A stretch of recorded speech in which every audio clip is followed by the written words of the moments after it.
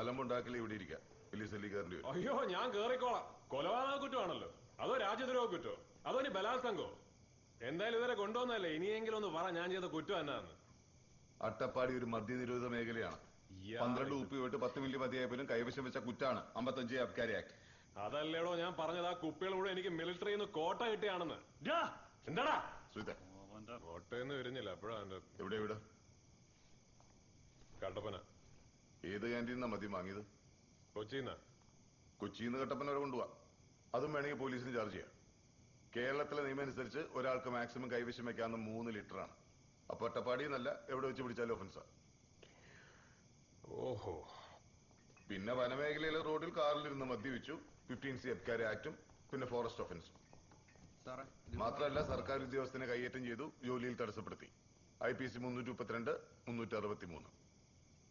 മതിയാ? മതിയായില്ലെങ്കിൽ ബാക്കിയും കൂടെ എടുത്ത് എന്റെ തലയിലോട്ട് വയ്ക്കും. താൻ എന്താന്ന് വെച്ചാൽ ഉണ്ടാക്ക്. നേരം വെളുക്കട്ടെ. എന്നെ കൊണ്ട് വരുന്ന ഞാനും ഉണ്ടാക്കാം. Taju sir. FIR seizure sir, statement, remand report എല്ലാം റെഡി ആയിരിക്കും. ഇത് ഞാൻ ശരിയാക്കി തരാം. താജു സർ, ആ PDPP ആക്ടും കൂടി ചേർത്തേക്ക്. Excise ജീപ്പിന്റെ light പൊട്ടിച്ചിട്ടുണ്ട്.